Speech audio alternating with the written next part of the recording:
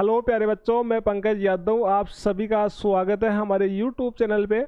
आज जो आपके लिए टॉपिक लेके आए हुए हैं ब्रीदिंग एक्सचेंज ऑफ गैसेज। अब देखो, इस चैप्टर में हम पढ़ेंगे कि जो हम श्वास लेते हैं वो श्वास कैसे लेते हैं और इस श्वास लेने की जो मैकेनिज्म या जो क्रियाविधि है वो क्या है। तो देखो, सबसे पहले हम बात कर लेते हैं किसकी, श्वसन की। ठीक है,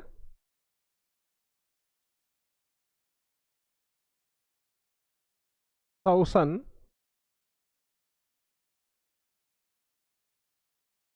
या बोल सकते हैं रेस्पायरेशन। रेस्पायरेशन, ठीक है।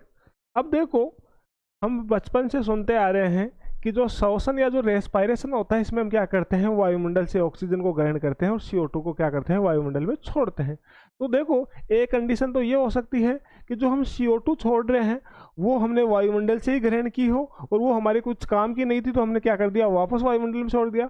और दूसरी कंडीशन ये हो सकती है कि जो हम जो CO2 छोड़ रहे हैं वो उसका जो निर्माण हमारे शरीर में हो रहा होगा और उसका हमारे शरीर में कोई काम नहीं है, तो हमने क्या कर दिया, उसको बाहर छोड़ दिया। तो देखो, हम यहाँ पर देखेंगे तो देखो, आपको पता होना चाहिए कि जो कोशिकाएं होती है, कोशिकाएं या जो सेल बोलूं या उत्तक, कोशिका या जो उत्तक होते हैं, कोशिका या जो उत्तक होते हैं, उत्तक, जब हम क्या करते हैं, भोजन ग्रहण करते हैं, जब भोजन का हमारी आहार नाली या जो एलिमेंट्री कहलाता है वहाँ पे उसका क्या होगा, पाचन होगा या डाइजेस्टिव होगा। तो क्या होगा, जो पाचन के बाद में जो भोजन है वो किसके रूप में, ग्लूकोज के रूप में, C6H12O6, ठीक है, ग्लूकोज के रूप में ये कहाँ पर चला जाएगा, हमारी सेल्स के अंदर। और जो सेल्स है, इस सेल्स में जो ऑक्सीजन है, उस ऑक्सीजन की उपस्थिति में इस ग्लूकोज का क्या होता है, ब्रेकडाउन होता है। मतलब ये ग्लूकोज का अणु टूटता है। जब ग्लूकोज का अणु टूटता है तो क्या बनती है, CO2 बनती है, साथ में जल बनता है और क्या बनती है, ATP बोले तो एनर्जी। अब देखो, यहाँ पर जो ATP या जो ऊर्जा है ये क्या है, हमारे लिए काम की है, तो जो हमारे शरीर के निर्माण में ये काम में आ जाती है। और जो जल है, ये जल भी क्या होता है, हमारे लिए काम का होता है, तो इसका भी हम क्या कर लेते हैं, उपयोग कर लेते हैं। और कुछ जो एक्स्ट्रा जल बच जाता है उसको हम पसीने के रूप में क्या कर देते हैं, हमारे शरीर से बाहर निकाल देते हैं। अब देखो, जो CO2 है, ये CO2 हमारे लिए किसी काम की नहीं होती। जो कार्बन डाइऑक्साइड है, कार्बन डाइऑक्साइड है, ये हमारे लिए किसी काम की नहीं होती, तो हम इसको क्या करते हैं, बाहर निकालते हैं। तो जो CO2 हम बाहर छोड़ रहे हैं, उसे CO2 का निर्माण हमारे शरीर में हो रहा है और वो CO2 हमारे किसी काम की नहीं है, तो हम क्या कर रहे हैं, उसको बाहर छोड़ रहे हैं। अब देखो, हमारे टॉपिक पे आ जाते हैं। देखो, जो श्वसन है, श्वसन, ये श्वसन क्या है, एक भौतिक रासायनिक क्रिया। क्या है, भौतिक रासायनिक रासायनिक क्रिया। श्वसन क्या है, भौतिक रासायनिक क्रिया। तो हमने यहाँ पर देखा कि श्वसन में क्या हो रही है, कोई भौतिक क्रिया भी हो रही है और एक रासायनिक क्रिया भी हो रही है। श्वसन में क्या हो रही है, भौतिक क्रिया भी हो रही है और रासायनिक क्रिया भी हो रही है। अब देखो, जो भौतिक क्रिया है, इस भौतिक क्रिया में क्या होता है, जो वायुमंडल से हम क्या करते हैं, ऑक्सीजन को कहाँ तक लेके जाते हैं, उत्तक या कोशिकाओं तक। कहाँ तक लेके जाते हैं, उत्तक या कोशिकाओं से तक लेके जाते हैं। और जो उत्तक या जो कोशिकाओं में जो CO2 बन रही है, उत्तक या जो कोशिकाओं में जो CO2 बन रही है, उसको वापस कहाँ पर लेके आते हैं, वायुमंडल में। कहाँ पे लेके आते हैं, वायुमंडल में। तो देखो, श्वसन में भौतिक क्रिया भी हो रही है, रासायनिक क्रिया। रासायनिक क्रिया में क्या हो रहा है, सॉरी, भौतिक क्रिया में क्या हो रहा है कि जो वायुमंडल में जो ऑक्सीजन है, इसको हम क्या कर रहे हैं, उत्तकों या कोशिकाओं तक इसका परिवहन कर रहे हैं। और जो उत्तकों या कोशिकाओं में जो CO2 बन रही है, उसको हम क्या कर रहे हैं, वायुमंडल तक क्या कर रहे हैं, उसका परिवहन कर रहे हैं। तो श्वसन में यही तो हो रहा है कि जो उत्तकों में और जो कोशिकाओं में ऑक्सीजन और CO2 का क्या होता है, परिवहन। श्वसन में यही तो होता है। अब देखो, जो रासायनिक क्रिया है, रासायनिक क्रिया, अब ये रासायनिक क्रिया कहाँ पर होती है, कोशिकाओं के अंदर, कोशिकाओं या उत्तकों के अंदर होती है। रासायनिक क्रिया कहाँ पर होती है, कोशिका या जो उत्तक है वहाँ पर होगी। और रासायनिक क्रिया में क्या होता है, जो कोशिका या उत्तक के अंदर जो ग्लूकोज है, ये ग्लूकोज का अणु ऑक्सीजन की उपस्थिति में क्या होगा, अपघटित होगा या टूटेगा और क्या बनेगी, CO2H2 और ATP बनेगा। और ये CO2 हमारे किसी काम की नहीं है, तो इस CO2 को हम क्या कर देते हैं, वायुमंडल में छोड़ देते हैं। ठीक है। अब देखो, जो ये भौतिक क्रिया होती है, भौतिक क्रिया, ये भौतिक क्रिया अलग अलग जीवों में, अलग अलग जो जीव हैं उनमें क्या होती है, ये अलग अलग जीवों में क्या होती है, ये अलग अलग प्रकार से होती है। अब इसको समझो कैसे, जैसे हमारी बात करें तो जो ऑक्सीजन और जो CO2 का हमारे शरीर के अंदर जो परिवहन हो रहा है वो हमारे श्वसन अंग के द्वारा हो रहा है, और उस श्वसन अंग का क्या नाम है, फेफड़े। हमारा श्वसन अंग क्या है, फेफड़े। तो हम क्या कर रहे हैं, जो O2 और CO2 का परिवहन कर रहे हैं कौन से श्वसन अंग के द्वारा कर रहे हैं, हम कर रहे हैं फेफड़ों के द्वारा कर रहे हैं। अब बात करें मछलियों की, बात करें तो जो मछलियों में जो श्वसन अंग है वो क्या है, गिल्स या कलोम है, तो वो गिल्स या कलोम के द्वारा कर रही है, ठीक है। अगर बात करें हम मेंढक की बात करें तो वो त्वचा से भी कर रहा है, ठीक है, स्किन से कर रहा है। इसके अलावा वो क्या कर रहा है, गिल से, जब लार्वा अवस्था में होगा तो गिल से भी कर लेगा, और जब वो स्थल पे आएगा तो क्या करेगा, फेफड़ों से भी करेगा। इसी प्रकार हम बात करें कॉकरोच की, बात करें तो कॉकरोच क्या कर रहा है, उसमें क्या होती है, ट्रैकियल ट्यूब्स होती हैं, उनके द्वारा कर रहा है। तो मतलब ये हुआ कि जो O2 और जो CO2 का परिवहन हो रहा है ये अलग अलग जीवों में अलग अलग प्रकार से हो रहा है। किसी में फेफड़ों के द्वारा हो रहा है, किसी में गिल्स के द्वारा हो रहा है, ठीक है, किसी में पल्मोनरी सेक के द्वारा हो रहा है, किसी में ट्यूब फिट के द्वारा हो रहा है। लेकिन जो रासायनिक क्रिया है, ये रासायनिक क्रिया क्या है, सभी जीवों में समान हो रही है, ठीक है। जब ऑक्सीजन कोशिकाओं में जाएगी तो जितने भी प्रकार के जो जीव हैं सभी की कोशिकाओं में जो भोजन है वो किसके रूप में है, ग्लूकोज के रूप में।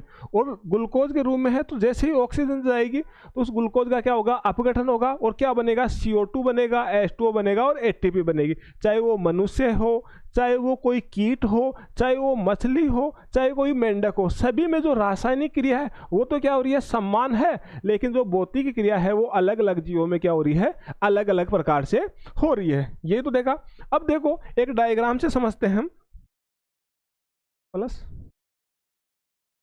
नहीं डायग्राम नहीं, स्लाइड चेंज करनी है। अब देखो ये कोई व्यक्ति है,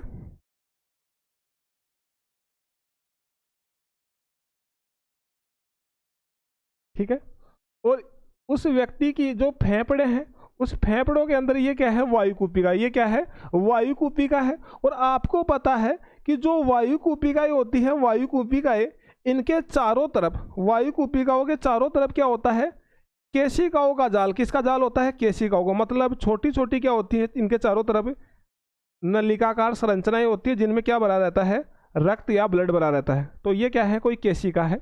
अब देखो ये क्या है, वायुमंडल है। ये क्या है, वायुमंडल। में यहां पे लिख देता हूं, ये क्या है, वायुमंडल है, वायुमंडल। या मैं इंग्लिश में बोलना चाहूं तो लिख सकता हूं एटमॉस्फेयर, एटमॉस्फेयर। अब देखो ये व्यक्ति क्या कर रहा है, ये जो व्यक्ति क्या कर रहा है, इस वायुमंडल से क्या कर रहा है, वायु को ग्रहण कर रहा है, यही तो कर रहा है, ठीक है। वायुमंडल से वायु को ग्रहण कर रहा है। तो मैं कुछ एरो लगा देता हूं तो पता रहेगा ये क्या कर रहा है, वायुमंडल से वायु को क्या कर रहा है, ग्रहण। तो मैं यहां पे लिख देता हूं वायु, ठीक है। इसके अलावा ये क्या कर रहा है,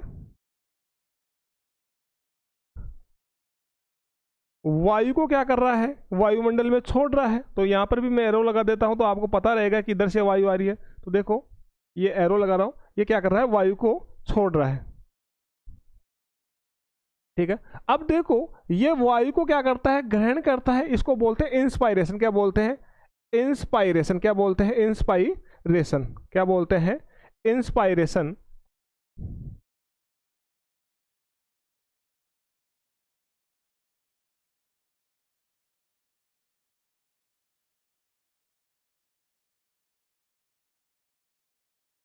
इंस्पायरेशन। और इंस्पायरेशन को हिंदी में बोल सकते हैं निःश्वसन। क्या बोल सकते हैं, निःश्वसन। क्या बोल सकते हैं, निःश्वसन, ठीक है। अब यहाँ पे ये क्या कर रहा है, वायु को क्या कर रहा है, ग्रहण कर रहा है, और वायु को क्या कर रहा है, छोड़ रहा है। अब वायु को ये क्या कर रहा है, छोड़ रहा है। इसको हम क्या बोलते हैं, एक्सपायरेशन। क्या बोलते हैं, एक्सपायरेशन। क्या बोलते हैं, एक्सपायरेशन। तो देखो एक्सपायरेशन को हिंदी में क्या बोलते हैं, उच्च श्वसन। क्या बोलते हैं, उच्च श्वसन। क्या बोलते हैं, उच्च श्वसन। अब ध्यान से समझना, देखो जो इनके जो नाम है इन्हीं में क्या है, इनका जो काम है वो भी है। अब देखो नाम से पता चल रहा है इनका मतलब क्या होता है, इनका मतलब, अरे इनका मतलब अंदर, इनका मतलब अंदर, ठीक है। और एक्स का मतलब क्या समझोगे, एग्जिट, और एग्जिट का मतलब क्या होता है, बाहर। अरे एग्जिट का मतलब क्या होता है, बाहर ही तो होता है, कोई डोर होता है, लिखा होता है एग्जिट, एंट्री। तो देखो इनसे क्या समझ रहे हो आप, अंदर, और एक्स से क्या समझ रहे हो, एग्जिट। तो इंस्पायरेशन में क्या होता है, वायु को क्या किया जाता है, ग्रहण किया जाता है, और एक्सपायरेशन में क्या किया जाता है, वायु को क्या किया जाता है, छोड़ा जाता है। अब देखो ये बाहर से क्या किया, वायु को ग्रहण किया, और उस वायु में क्या है, ऑक्सीजन। ये ऑक्सीजन कहाँ पर आ गई, इसके फेफड़ों में आ गई, कहाँ पर आ गई, फेफड़ों में आ गई। अब देखो हाँ, यहाँ पर एक क्वेश्चन बनता है कि आप बोलोगे सर ये वायु, जो वायुमंडल था इसमें तो ऑक्सीजन भी थी, CO2 भी थी, ठीक है, नाइट्रोजन भी थी, कि ये क्या अंदर क्या ऑक्सीजन ही गई, और अंदर ऑक्सीजन ही गई तो क्यों गई, कुछ तो रीजन होगा। ऐसे तो है नहीं कि कोई बाहर हम फिल्टर लगा रहे हैं कि ऑक्सीजन को तो अंदर लेंगे और इसके अलावा जो बच गया हम उसको बाहर छोड़ देंगे, ऐसा तो कोई फिल्टर है नहीं। अब देखो ये क्या होता है कि जो वायु हो चाहे कोई गैस हो, ये हमेशा, वायु हो या कोई गैस हो, ठीक है, ये हमेशा क्या होती है, उच्च दाब से, कहां से, उच्च दाब से जो कम दाब या निम्न दाब है उसकी तरफ क्या होती है, बहती है। उच्च दाब से किधर बहेगी, निम्न दाब या कम दाब की तरफ। अब देखो जो वायुमंडल में जो ऑक्सीजन थी, उस ऑक्सीजन का जो वायु दाब था वो इस फेफड़ों के वायु दाब से क्या था, अधिक था। तो यहां पर अधिक था, फेफड़ों में क्या था, कम था। तो ये अधिक से किधर जाएगी, कम की तरफ। तो अधिक कहाँ पर है, वायुमंडल में, कम कहाँ है, फेफड़ों में। तो फेफड़ों में ऑक्सीजन आ गई। इसके अलावा जो CO2 है, CO2 का जो वायु दाब है वो फेफड़ों की तुलना में, फेफड़ों की तुलना में वायुमंडल में क्या है, कम है। तो कम से अधिक की तरफ तो जा नहीं सकती, तो केवल कौन जा रही है, ऑक्सीजन। अब देखो ये फेफड़ों में आ गई, फेफड़ों में आने के बाद में क्या होगा, फेफड़ों के चारों तरफ क्या है, ये क्या है, रक्त केशिकाएं, क्या है, रक्त केशिकाएं। अब देखो इन रक्त केशिकाओं में, इन रक्त केशिकाओं में जो ऑक्सीजन का दाब है, रक्त केशिकाओं में जो ऑक्सीजन का दाब है वो इन कूपिकाओं की तुलना में क्या है, कम है। तो कूपिकाओं में अधिक है, इनमें कम है। तो ये ऑक्सीजन कहाँ पर आ जाएगा, ये यहाँ पर आ जाएगा।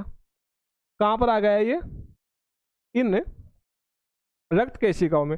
और रक्त केशिकाओं में क्या है, CO2 भी है। अरे क्या है, CO2, ये CO2 लिख देता हूं यहां पर, CO2। अब देखो जो रक्त केशिकाओं में जो CO2 है, इसका जो दाब है वो क्या है, अधिक है, किसकी तुलना में, इन कूपिकाओं की तुलना में। तो ये अधिक से कम की तरफ जाएगा, तो ये CO2 कहां पर आ जाएगा, यहां पर आ जाएगा। तो हमने मोटा मोटा ये देखा सर कि जो फेफड़े हैं, इन फेफड़ों की जो कूपिकाएं और जो रक्त केशिकाएं हैं, इनके मध्य क्या हो रहा है, गैसों का क्या हो रहा है, विनिमय। क्या हो रहा है, गैसों का क्या हो रहा है, विनिमय। क्या हो रहा है, गैसों का विनिमय, विनिमय।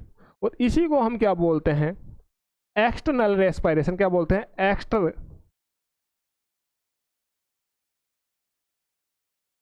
रेस्पिरेशन, ठीक है। और देखो यहां पर क्या हो रहा था, वायु अंदर जा रही थी, इंस्पायरेशन, वायु बाहर आ रही थी, एक्सपायरेशन। और इसको हम क्या बोलते हैं, श्वसन। श्वसन में यही तो होता है, ऑक्सीजन अंदर गई और क्या हुआ, CO2 बाहर आई। तो देखो फर्स्ट स्टेप में क्या हो रहा है, श्वसन। सेकंड स्टेप में क्या हो रहा है, सेकंड स्टेप में क्या हो रहा है, एक्सटर्नल रेस्पिरेशन। क्या हो रहा है, एक्सटर्नल रेस्पिरेशन, जिसको हिंदी में बोल सकते हैं बाह्य श्वसन। क्या बोल सकते हैं, बाह्य श्वसन। अब देखो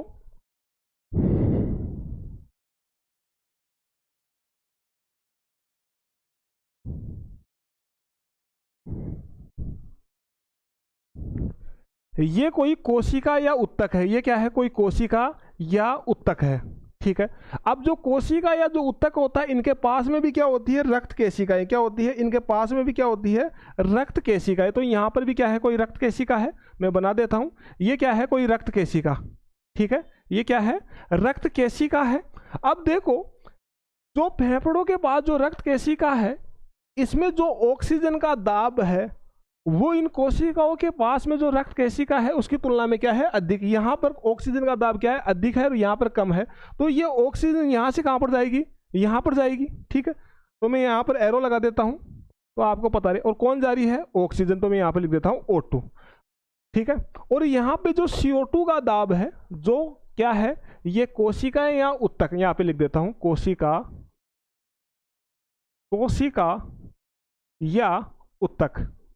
जो कोशिका या जो उत्तक है, इनके पास जो ये रक्त केशिका है, इसमें जो CO2 का जो दाब है वो फेफड़ों के पास में जो रक्त केशिका है इसकी तुलना में क्या है, अधिक। यहाँ पर अधिक है, यहाँ पर कम है। तो CO2 किधर से किधर आएगा, उत्तकों से कहाँ की तरफ आएगा, फेफड़ों की तरफ। तो मैं यहाँ पे एरो लगा देता हूँ। और कौन आ रहा है, CO2, तो मैं यहाँ पे लिख देता हूँ CO2। क्लियर। अब देखो ये ऑक्सीजन कहाँ पर आ गई, ऑक्सीजन कहाँ पर आ गई है, ये आ गई इन उत्तकों के पास रक्त केशिकाओं में। यहाँ पर लिख देता हूँ O2। ठीक है। अब देखो आपको बताया था कि जो उत्तक या कोशिकाएं होती हैं, इनमें जो इनमें भोजन होता है वो किसके रूप में होता है, ग्लूकोज के रूप में। तो लिख देता हूँ C6H12O6। ये तो है ग्लूकोज, ग्लूकोज का फॉर्मूला ये तो होता है 6,6H12O6। अब देखो जो ये रक्त केशिकाएं हैं, इनमें जो ऑक्सीजन का जो दाब या जो प्रेशर है वो कोशिकाओं की तुलना में क्या है, अधिक है। मतलब इन कोशिकाओं या उत्तकों में तो कम है ऑक्सीजन का दाब, और यहाँ पे क्या है, अधिक। तो ये अधिक से कम की तरफ जाएगी, तो ये ऑक्सीजन कहाँ पर आ जाएगी, ये चली जाएगी अंदर। और ये अंदर चली गई, कहाँ पर चली गई, उत्तक या कोशिकाओं में। तो मैं यहाँ पर लिख देता हूँ O2। क्लियर यहाँ तक। अब देखो जैसे ही ऑक्सीजन अंदर जाएगी तो ग्लूकोज का अणु क्या होगा, टूटेगा। अरे ग्लूकोज का अणु क्या हो जाएगा, टूटेगा। अब जब कोई आदमी टूटता है तो क्या निकलता है, पानी निकलता है। तो यहाँ पर भी पानी निकलेगा। तो देखो क्या क्या निकला, यहाँ पे CO2 निकली, साथ में पानी निकला H2O, और साथ में क्या निकली, ATP। ठीक है, क्या निकली, ATP। अब देखो जो ATP है, ATP ये क्या है, ऊर्जा है। क्या बोल रहा हूँ, ऊर्जा, पुर्जा नहीं बोल रहा ना, ऊर्जा। ये क्या है, ऊर्जा है। अब देखो जो ऊर्जा होती है वो हमारे शरीर में किसके रूप में होती है, ATP के रूप में। एक क्वेश्चन तो ये बनता है कि सर हमारे शरीर में जो ऊर्जा होती है वो किसके रूप में होती है, तो आप क्या बताओगे, ATP के रूप में। और ATP की फुल फॉर्म क्या बताओगे, एड्रेनलिन ट्राइफॉस्फेट। ठीक है, ATP के रूप में है। और ये ऊर्जा जो हमारे शरीर के निर्माण में काम में आ जाएगी। ठीक है, बचा कौन, जो जल है। और ये जल है ये भी हमारे शरीर के निर्माण में काम में आ जाएगा। और अगर कुछ एक्स्ट्रा जल बचेगा तो उसको हम क्या करेंगे, पसीने के रूप में बाहर निकाल देते हैं। पसीने के रूप में जो जल बाहर आता है वो एक्स्ट्रा ही तो होता है। अब देखो ये जल भी काम में आ गया। लेकिन जो CO2 है ये हमारे लिए किसी काम की नहीं है, CO2 किसी काम की नहीं है। और ये CO2 हमारे शरीर के लिए क्या है, हानिकारक है। अगर एक मात्रा से अधिक हमारे शरीर के अंदर CO2 अगर रहती है तो इसके हमारे को दुष्परिणाम देखने को मिलेंगे। अब देखो आपको पता है कि ये हमारे काम की नहीं है, और जो काम का नहीं होता उसको तो घरवाले भी निकाल देते हैं। तो ये CO2 है। अब ये CO2 हमारे लिए किसी काम की नहीं। अब देखो यहाँ पे समझना, जो CO2 का दाब है कहाँ पर, कोशिका या उत्तकों में जो CO2 का जो दाब है वो जो उत्तकों के पास में रक्त केशिका है उसकी तुलना में क्या है, अधिक है। अधिक कहाँ पर है, कोशिका में। कम क्या है, इसके पास में, केशिका में। तो ये CO2 कहाँ पर आ जाएगी, ये आ जाएगी यहाँ पर CO2। अब यहाँ पर आ गई। अब आपको पता है जो कोशिका के पास जो रक्त केशिका है इसमें जो CO2 का दाब है वो फेफड़ों के पास में रक्त केशिका है उसकी तुलना में क्या है, अधिक। यहाँ पे अधिक है, यहाँ पर कम। तो अधिक से कम की तरफ ये आ गई, कहाँ पर, ये फेफड़ों के पास रक्त केशिकाओं में आ गई। अब देखो जो फेफड़ों के पास जो रक्त केशिका है यहाँ पर जो CO2 का दाब है वो ये वायु कूपिकाएं हैं फेफड़ों में, उसकी तुलना में क्या है, अधिक है। तो अधिक कहाँ पर है, रक्त केशिकाओं में, कम कहाँ है, कूपिकाओं में। तो ये अधिक से कम यहाँ पर आ जाएगा। अब कहाँ पर आ गया, फेफड़ों में। अब देखो जो फेफड़ों में जो CO2 का जो दाब होता है वो वायुमंडल की तुलना में क्या होता है, अधिक। मतलब कम कहाँ पर है, वायुमंडल में, और अधिक कहाँ पर है, फेफड़ों में। तो ऑक्सीजन हमें कोई भी गैस हो, ठीक है, कोई भी गैस हो या वायु हो, ये क्या होगी, उच्च दाब से निम्न दाब की तरफ। तो दाब CO2 का अधिक कहाँ है, फेफड़ों में, कम कहाँ है, वायुमंडल में। तो ये फेफड़ों से कहाँ पर आ जाएगी, वायुमंडल में। ठीक है, यही तो हुआ। अब देखो जो फेफड़े और कोशिकाएं हैं इनके मध्य क्या हो रहा है, गैसों का परिवहन। क्या हो रहा है, गैसों का परिवहन, गैसों का परिवहन हो रहा है। अरे यही तो हो रहा है, गैसों का परिवहन। ठीक है, तो देखो फर्स्ट स्टेप श्वसन, सेकेंड स्टेप बाह्य श्वसन, थर्ड स्टेप क्या हो गया, गैसों का परिवहन हो गया। अब देखो फोर्थ स्टेप में क्या हो रहा है, जो रक्त केशिकाएं और कोशिका है इनके मध्य गैसों का क्या हो रहा है, विनिमय हो रहा है। तो मैं यहाँ पे लिख देता हूँ फोर्थ स्टेप, गैसों का विनिमय। क्या हो रहा है, विनिमय। और इसको हम क्या बोलते हैं, इंटरनल रेस्पायरेशन, रेस्पायरेशन यही तो बोलते हैं, इंटरनल रेस्पायरेशन।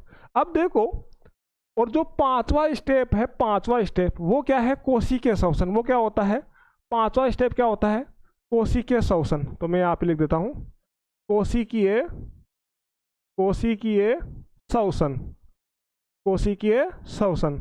अब देखो, जो कोशिकीय श्वसन होता है, नाम से पता चल रहा है कहाँ पर होगा, कोशिकाओं में होगा। और कोशिकीय श्वसन में क्या होगा, जो कोशिका है या जो उत्तक जिसको हम टिश्यू बोल सकते हैं, उसमें जो ग्लूकोज है वो ऑक्सीजन की उपस्थिति में क्या होता है, ब्रेक डाउन होता है, मतलब टूटता है। और टूटेगा तो पानी निकलेगा, तो यहाँ पर भी क्या होगा, पानी निकलेगा, साथ में CO2, और साथ में क्या बनेगी, एनर्जी, किसके रूप में होती है, ATP के रूप में। बताया ATP हमारे शरीर के निर्माण में काम आ जाएगी, जल भी काम में आ जाएगा, एक्स्ट्रा होगा तो पसीने के रूप में बाहर निकाल देंगे। और जो CO2 है ये हमारे किसी काम के नहीं है, तो इसको हम क्या कर देंगे, शरीर से बाहर निकाल देंगे, ठीक है, फेफड़ों के द्वारा। तो देखो, पांचवा स्टेप क्या है, कोशिकीय श्वसन। और कोशिकीय श्वसन में क्या होता है, मोटा मोटा ये याद रखना है कि सर ग्लूकोज का क्या होता है, अपघटन होता है, जिससे CO2, H2O और ATP बनती है। CO2 हमारे किसी काम की नहीं होती, तो हम उसको क्या कर देते हैं, शरीर से बाहर निकाल देते हैं। अब देखो, यहाँ पर मैंने आपको 5 स्टेप बताए। पहला श्वसन, दूसरा बाह्य श्वसन, तीसरा गैसों का परिवहन, चौथा इंटरनल रेस्पायरेशन या आंतरिक आंतरिक आंतरिक श्वसन, आंतरिक श्वसन, ठीक है, और पांचवा और लास्ट क्या बताया, कोशिकीय श्वसन। अब देखो समझना कि जो इंस्पायरेशन या निःश्वसन होता है, उसमें क्या होता है कि जो फेफड़े हैं, फेफड़े क्या करते हैं, फेफड़े या हम बोल सकते हैं श्वसन सतह। अब देखो, श्वसन सतह फेफड़े हो सकते हैं, किसी के फेफड़े हो सकते हैं, किसी में गिल्स हो सकती है श्वसन सतह, किसी में त्वचा हो सकती है, किसी में ट्रेकियल ट्यूब हो सकती है, किसी में पल्मोनरी शेक हो सकता है, किसी में ट्यूब फिट हो सकता है। तो देखो, इंस्पायरेशन में क्या होता है कि जो श्वसन सतह है, ये श्वसन सतह जैसे फेफड़े हैं, वायुमंडल से क्या करते हैं, ऑक्सीजन को ग्रहण करते हैं। निःश्वसन में, उस श्वसन में क्या करते हैं, जो श्वसन सतह जैसे फेफड़े हो गए, ये क्या करते हैं, CO2 को क्या करते हैं, वायुमंडल में छोड़ते हैं, ठीक है। अब ये कंप्लीट। अब देखो दूसरा क्या है, बाह्य श्वसन। देखो, बाह्य श्वसन में क्या होता है कि जो श्वसन सतह या हम बोल सकते हैं श्वसन अंगों और वायुमंडल के मध्य क्या होता है, CO2 और O2 का क्या होता है, परिवहन बोल सकते हैं, या हम बोल सकते हैं एक्सचेंज होता है। देखो, यह क्या है, फेफड़े हैं, फेफड़ों से CO2 वायुमंडल में जाएगी, वायुमंडल से क्या O2 कहाँ पर आएगी, फेफड़ों में। तो बाह्य श्वसन में क्या हो रहा है, बाह्य श्वसन में केवल इतना सा हो रहा है कि जो वायुमंडल और जो श्वसन अंग है, इनके मध्य O2 और CO2 का क्या हो रहा है, आदान प्रदान बोल दो, एक्सचेंज बोल दो, या परिवहन बोल दो, ठीक है। अब देखो, तीसरा है गैसों का परिवहन। गैसों का परिवहन में क्या हो रहा है, फेफड़ों से, फेफड़ों के पास में जो रक्त केशिकाएं हैं, इनसे जो O2 और CO2 का परिवहन किस में हो रहा है, कोशिकाओं के पास उपस्थित रक्त केशिकाओं में। अब देखो, चौथा स्टेप क्या है, चौथा स्टेप है आंतरिक श्वसन या इंटरनल रेस्पायरेशन। अब देखो, जो आंतरिक श्वसन होता है वो होता है किनके मध्य, फेफड़ों और ऊतकों के मध्य, फेफड़ों और ऊतकों के मध्य। आंतरिक श्वसन में फेफड़ों और ऊतकों के मध्य O2 और CO2 का आदान प्रदान होता है। और बाह्य श्वसन में क्या होता है, वायुमंडल और फेफड़ों के मध्य क्या हो रहा है, O2 और CO2 का क्या हो रहा है, परिवहन हो रहा है, ठीक है। और कोशिकीय श्वसन में क्या हो रहा है, सर हमें पता है कि जो ग्लूकोज है, इसका ऑक्सीजन की उपस्थिति में अपघटन होगा, और जिससे क्या बनेगा, CO2 बनेगी, H2O बनेगा और ATP। H2O और ATP हमारे शरीर के निर्माण में काम में आ जाती है, CO2 हमारे किसी काम की नहीं होती, तो हम इसको क्या कर देते हैं, वायुमंडल में मुक्त कर देते हैं, ठीक है। अब उम्मीद करता हूं आपको यहां तक समझ में आया होगा। अब देखो आगे, सर वो निकालना है। अब देखो, इसी में एक टॉपिक है रेस्पिरेटरी ऑर्गन, मतलब जो श्वसन अंग। जो श्वसन अंग होते हैं, श्वसन अंग मैं यहाँ पे हिंदी में भी लिख देता हूँ, श्वसन अंग, ठीक है।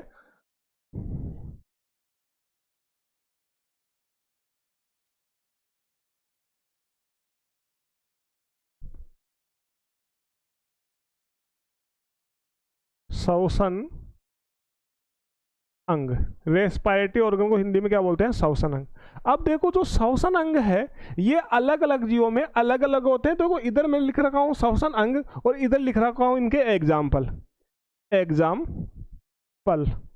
अब ध्यान से समझना कि देखो कुछ जीव ऐसे हैं जिनमें जो श्वसन होता है वो सामान्य शारीरिक सतह के द्वारा हो जाएगा, कुछ जीव ऐसे हैं जिनमें नम त्वचा के द्वारा भी क्या होगा, श्वसन होगा, और कुछ जीव ऐसे हैं जिनमें कलोम या गिल्स के द्वारा भी श्वसन होगा, और कुछ जीव ऐसे हैं जिनमें बुक गिल्स के द्वारा भी श्वसन होगा, कुछ जीव ऐसे हैं जिनमें बुक्स लंग्स के द्वारा होगा, कुछ जीव ऐसे हैं जिनमें ट्रेकियल ट्यूब के द्वारा होगा, कुछ जीव ऐसे हैं जिनमें टेनेडिया के द्वारा होगा, कुछ जीव ऐसे भी होंगे जिनमें पल्मोनरी शेक के द्वारा होगा, कुछ जीव ऐसे भी होंगे जिनमें ट्यूब फिट के द्वारा भी क्या होगा, श्वसन होगा, और कुछ जीव ऐसे भी हैं इस पृथ्वी पे जिनमें लंग्स या फेफड़ों के द्वारा श्वसन होता है। तो देखो सबसे पहले हम बात कर लेते हैं सामान्य शारीरिक सतह। सामान्य शारीरिक सतह, अब देखो जो सामान्य शारीरिक सतह से जैसे बात करें प्रोटोजोआ, प्रोटोजोआ से जो एस के हेलमिंथेस है, अब देखो समझना कि देखो जो जीवन की उत्पत्ति हुई वो सबसे पहले कहाँ पर हुई थी, पानी में हुई थी,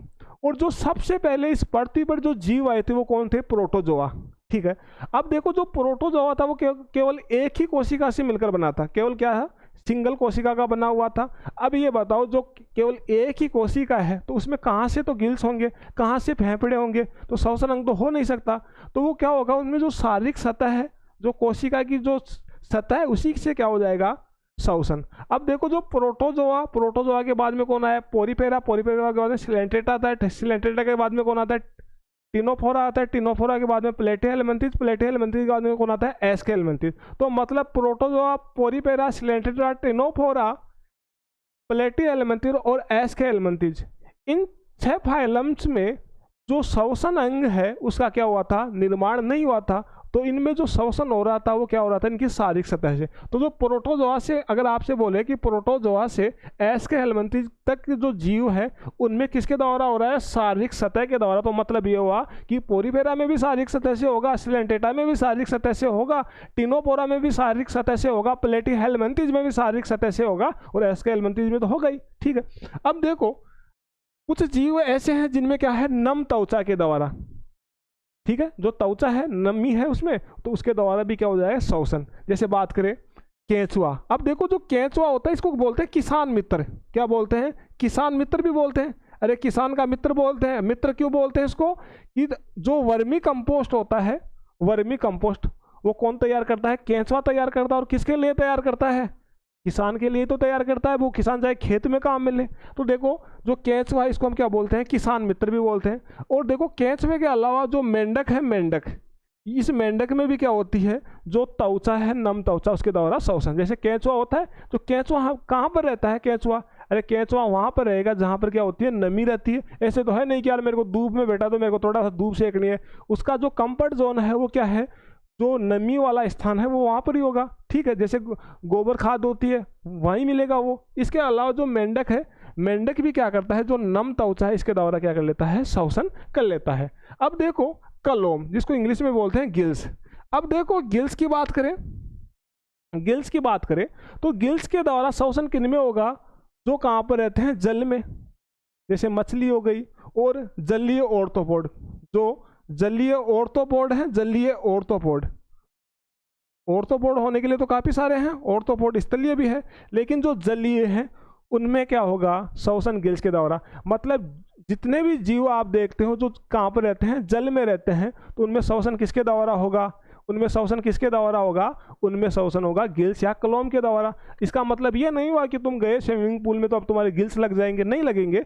जिनका प्राकृतिक आवास क्या है, पानी है, जो उनका प्राकृतिक आवास। अब हमारा प्राकृतिक आवास क्या है, हम हमेशा सांप वाली जगह में रहना चाहते हैं। सूअर है, उसका प्राकृतिक आवास क्या है, वो गंदी जगह है। अगर आप सूअर को पकड़ोगे, उसको नहलाओगे, आपको अच्छा लगेगा कि यार सुंदर दिख रहा है, लेकिन वो कुछ नहीं है। जब भी उसको मौका मिलेगा तो वो तो जाके कीचड़ में गिरेगा, तो उसका प्राकृतिक आवास क्या है, वो कीचड़ ही है। तो मतलब ये हुआ, जो जीव क्या है पानी में रहते हैं उनमें जो श्वसन अंग होगा वो गिल्स होगा, और क्या होगा, हिंदी में बोल सकते हैं कलोम, जैसे मछली हो गई और जलीय ऑर्थ्रोपोड। अब देखो बुक गिल्स, जैसे केकड़ा, जिसको किंग करेब बोलते हैं, किंग करेब, किंग करेब, इसका जो श्वसन अंग होता है वो क्या होता है, बुक गिल्स। बुक गिल्स कैसे क्यों बोलते हैं, इसमें जो इसके गिल्स हैं इसमें बुक या जो पुस्तक होती है उसके समान पन्ने होते हैं। क्या होते हैं? पन्ने के समान संरचनाएं होती है जिनको लेमिना बोलते हैं, इसलिए इनको हम क्या बोल रहे हैं? Book gills. तो इतना याद रखना, बुक गिल्स के द्वारा श्वसन किन में हो रहा है? किंग करेब में, ठीक है, या हिंदी में बोल सकते हैं एकड़ा। अब बुक लंग्स, ठीक है, बुक लंग्स, ठीक है, बुक लंग्स के द्वारा श्वसन किस में होता है? मकड़ी, जिसको इंग्लिश में बोलते हैं स्पाइडर। इसके अलावा बिच्छू, जो बिच्छू है उस बिच्छू में भी श्वसन किससे होगा? इसी बुक लंग्स के द्वारा। और बिच्छू को हम क्या बोलते हैं? स्कॉर्पियन, स्कॉर्पियन, ठीक है। अब देखो जो कोकरो, अब देखो अगला श्वसन अंग है ट्रेकियल ट्यूब, और एग्जाम्पल क्या हो गया? कॉकरोच। जैसे कॉकरोच है तो कॉकरोच के शरीर में क्या है? छोटी छोटी ट्यूब के समान संरचनाएं है, छोटी छोटी पाइप्स हैं जिनके द्वारा क्या हो रहा है? जो ऑक्सीजन और CO2 है उसका परिवहन क्या हो रहा है? डायरेक्ट हो रहा है। तो ट्रेकियल ट्यूब के द्वारा जो श्वसन हो रहा है वो किन में हो रहा है?